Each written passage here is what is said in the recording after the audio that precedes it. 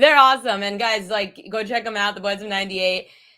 It's really cool because they are living the dream. And I'm very envious of the fact that they've created a life for themselves, just traveling around the world and getting to do really cool things like that. So go check out all their videos. You guys know that my thing is all our prop bets. So let's talk some prop bets in Major League Baseball for today. I'm going to tweet it out.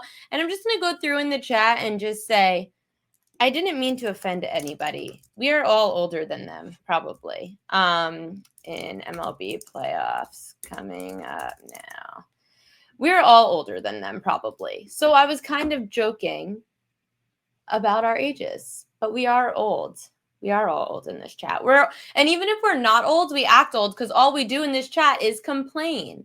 I really just didn't want to affect you, Joseph Rodriguez. I didn't want to, because I have nothing against you. And I didn't have anything against Lewis. Pretty much, I didn't have anything against anyone in the chat. I didn't care if I offended Sean, though. Like, I didn't care about that. But everyone else, I hope I didn't offend you.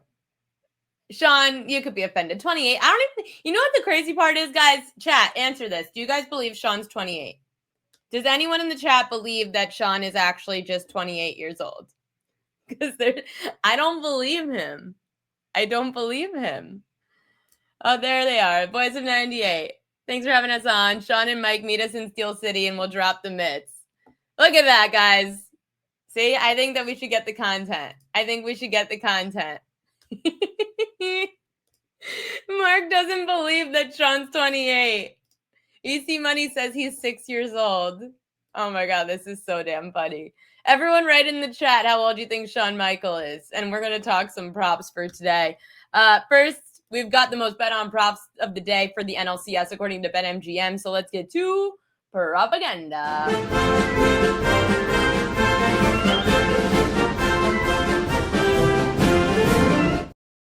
These are the most bet on props of the day according to BetMGM. I'm dying from the chat right now. Freddie Peralta over 14.5 outs minus 154. That sucks. I'm going to tell you why. Shohei Ohtani over a half a home run plus 250. We'll bet him a different way. Yamamoto over outs minus 145. Yamamoto over strikeouts minus 135. And Jake Bauers over a half a hit at plus 110. So those are the most bet on props according to BetMGM today. The reason I said that sucks, oh my God. We're getting 90 years old for Sean, 40 plus, over under 42 for Sean. Considered it looks like a sunset in his photo, I'd say 90. Oh, we got 6. Mark's taking the under, 15. 48 from Joseph Rodriguez. Everyone's guessing Sean's age. Oh my God, this is fantastic. How about a Mookie Dinger parlayed with Dodgers money line 8-1? Mookie locked in. I hate home run props, but I've been way more into this market. So Shohei Ohtani over half a run. You're getting a really good price because he's been slumping and his numbers against Freddie Peralta are meh. So I just think from a standpoint of getting a number that we don't normally get on Ohtani to get a half a run, minus 115, this is great. Ohtani has also scored a run, at least one run, in 5 of 6 night games in Milwaukee against the righty dating back to last year. He's hitting .282 with 7 runs scored through 10 games at American Family Field. On the road at night overall this year against the righty, Ohtani cashed this 61% of the time. So I think for the price of minus 115, Ohtani to score a run tonight's a good price. Now, propaganda showed this Peralta over 14.5 outs at minus 154. Last I checked before the show started, you could get over 14.5 outs at Fanatics at minus 145. Most books are past minus 150 now, but if you could still grab the minus 145, Peralta's a really good pitcher at home. He has a 1.77 ERA in Milwaukee this year. He's got a pretty good track record against the Dodgers, 4-2, 3.29 ERA. The Brewers threw a bullpen game yesterday, so their bullpen is absolutely taxed. Peralta should go 5 against the Dodgers tonight. So 14.5, I think, is a good number. Oh my God. Yeah, so I know mid-major Matt liked the over 5.5 Ks for Peralta. I can't get there. The Dodgers haven't gone over that yet, but Matt did like the over 5.5 Ks. Sean, you don't hate me. Stop it. We were talking earlier today. We're good friends. You just have to, like, I don't know, people don't trust you if you don't have a real picture. That's the problem. You need to have a real picture, and then people will trust who you are. Look, Joseph Rodriguez, real picture. Jose, real picture. Mark, real picture. Jermaine, real picture. EC Money, I don't think, is that you, EC Money? I can't tell. EC Money has a picture. Like, people have a picture. Oh God, Sean DM me. I'm scared. Should I open this? Sean, that looks like AI. I don't think that's really you. I don't know, Sean. That looks like AI, buddy. Is that a real picture? Come on. Send me a selfie. Send me a selfie. I don't know, Sean. I don't trust you. That doesn't look like a person that would write in the chat in all caps. Anyone could post a picture. Oh God, I can't. I don't know. Okay. ALCS Game 3. If you want to look at headline, I did bet this. Sean, you haven't showed. Oh my God. Okay, Sean's really mad.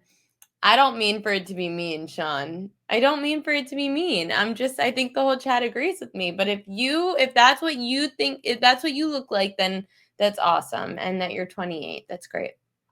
ALCS Game 3, George Kirby under 4.5 strikeouts. So we've been betting this all year, right? The Toronto Blue Jays strikeouts, we take the unders against them. The Jays have not gone over. No one who has started against the Jays in the postseason has even hit 4 strikeouts. I know George Kirby's on full rest, but he hasn't really had good numbers strikeout-wise against teams with low K rates like the Jays do. When he faced St. Louis, he only had 2 against St. Louis, 3 against Milwaukee, 4 against Washington. And the Jays strike out less than any of those teams. So George Kirby under 4.5 Ks was minus 102, and I bet it this morning. So I would take the under on George Kirby. Oh, Sean, you don't hate me. Stop it. Aw, thanks, Joseph Rodriguez. It's fine, Sean. It's okay. If you look like that, then that's awesome. That's great. And if you're 28, that's also awesome. I'm really happy for you. So that's all I got in Major League Baseball for right now, but I'll read you some stats that are important. And I'm not going to look at the chat for a minute because I'm just going to read through stats to know about the Dodgers and Brewers game tonight. Obviously, the Dodgers lead 1-0. Game starts a little after 8. Yoshinobu Yamamoto versus Freddie Peralta. I said this yesterday, and I'm saying it again. Excluding 2020, 25 of the 28 teams who won the first 2 games of a best-of-7 series on the road have gone on to win the series. So that's 89% of the time. So if the Dodgers win today on the road in in Milwaukee, then that puts them in the same position as Seattle, who's now going to get to go back home. The Dodgers have won 16 of their last 20 postseason games, dating back to Game 4 of the 2024 NLDS. They're 8-0 in games decided by 2 runs or fewer in that span. Freddie Peralta, he went 1-1 in the LDS against the Cubs, allowing 5 runs and 3 homers in 9 2/3 combined innings. It's also worth noting that he allowed 2 runs on 2 solo shots in that home game in Game 1 against Chicago. So it's just like one bad pitch of those 2 at-bats. It wasn't like he got into all these jams. Peralta owns a 1.77 ERA at home this year, 3.71 on the road, so it is a big difference. Peralta's won each of his 2 starts against the Dodgers this season, owning a 3.27 ERA. He's 4-2 with a 3.29 ERA and 8 career starts against LA. 4 of the 5 runs that Peralta allowed this postseason were in the first inning. Good thing for Peralta. The Dodgers have scored 1 run in the first inning this postseason, and that was a home run by Ohtani in the wildcard opener. As for Yamamoto, he's coming off his first postseason loss, allowing 3 runs on 6 hits, 4 innings against the Phillies. Prior, Yamamoto was 3-0 with a 2.84 ERA and 5 playoff starts. His last outing against Milwaukee was in Milwaukee, and Yamamoto on July 7th. It was actually the shortest outing of his career. Allowed 5 runs, 3 earned, retiring just 2 of the 9 batters that he faced. Ohtani, he's 3 for 9 with 2 homers and 2 walks and 12 plate appearances against Peralta. He's just 1 for 20 so far with 1 ribby and 9 strikeouts in his last 5 playoff games. LA, they have just 4 hits in their last 33 at-bats, hitting 121 with runners in scoring position, dating back to Game 2 of the NLCS. So I do really like Ohtani to score a run tonight. I do like Peralta to go over his outs tonight. Do I think Milwaukee can win this game? I know that my friend John Murray over at the Westgate actually says that they don't want Milwaukee to win, like the series. When it comes to tonight, you're getting it at even money. I think there's some value there at even money on Peralta at home. The only problem is the Brewers are taxed. So maybe you get first 5 there. Maybe Brewers first 5 money line. I don't know. It's kind of crazy, right? If we got 2 different series with the road team going up 2-0, that'd be kind of crazy. I'm just like thinking like the laws of baseball. And we've got an ace on the mound tonight in Milwaukee who pitches very well there. The Brewers bullpen has been the best in baseball. Like, I don't trust the Dodgers pen. And they used their best bullpen arms to secure that dub yesterday after Blake Snell's outing, which, by the way, Blake Snell shouldn't have been pulled.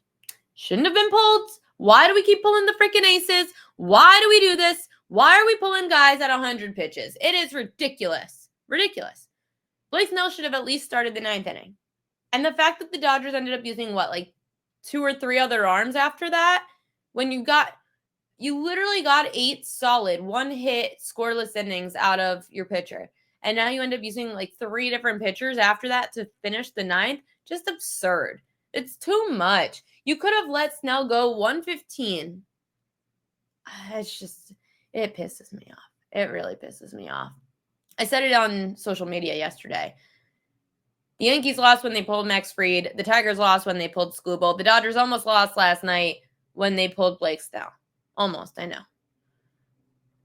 I was talking in that same video about the LSU Tigers and how they kept Cade Anderson in the game for 130 pitches. And that was game 1 of the College World Series. And guess what? He ended up winning the game for LSU because they kept him in the game and they trusted him. Yamamoto under outs. I hate betting anything Yamamoto. And every time I bet Yamamoto, I lose. So I didn't even go near it. He does better on the road, I'll tell you that. I was looking at props.cash earlier, and Yamamoto has gone over. Here, I could show you guys on props.cash. And by the way, remember, you can subscribe to props.cash still, and you can use promo code PropQueen, and you get 50% off of the first month. So let me just tweet out that we're using props.cash. Now I have this picture of Sean on my DMs that's popping up. Let's do using props.cash to find MLB playoff props now.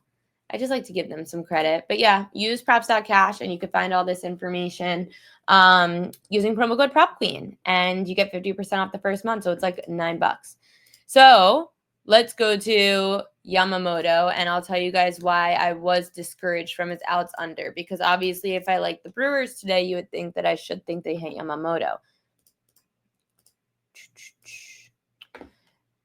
So in 2025, on the road, look at all that green of overs for Yamamoto. He went over in 72% of road games this year, averaging 17.5 outs a game. That's an outs prop of 16.5. So naturally, I wanted to kind of go to the under. But look at all those overs. And it's really difficult to say to take the over. He had that one bad outing in Milwaukee. Does he avenge that tonight? Does he just suck in Milwaukee? But I couldn't do it with all that green. And I know that it's a playoff game, but they have a 1-game lead right now. Their bullpen stinks. If the Dodgers had a better bullpen, I would say, sure. But they don't. So Dave Roberts is going to try their best to leave him in. Righties this year, 38% went over. So that's the only thing you have because the Brewers are a great lineup. But I don't know if I could fade Yamamoto. You can. I think I might be betting the Brewers tonight. Lots of overs. Can you limit it to playoff? Like you said, 1 bad inning. I tried. Here, playoffs. So that's 2024 so far. 2025. Okay. 2024 playoffs for Yamamoto. 3 of 4 went under last year for Yamamoto in the playoffs. The one that he went over was at home against the Yankees in the World Series. He went under on the road against the Mets and under in both those games against the Padres. So that is intriguing. But remember, last year, Dave Roberts had a quick leash. He really was like last year, Dave Roberts. But this year, with that bad bullpen, I don't know. I agree the bat should come through tonight. I would take under or nothing on Yamamoto. I can't take his over against these Brewers bats at home. Granted, the Brewers do play better on the road, but I like the Brewers tonight. So I would say Yamamoto under or nothing for me.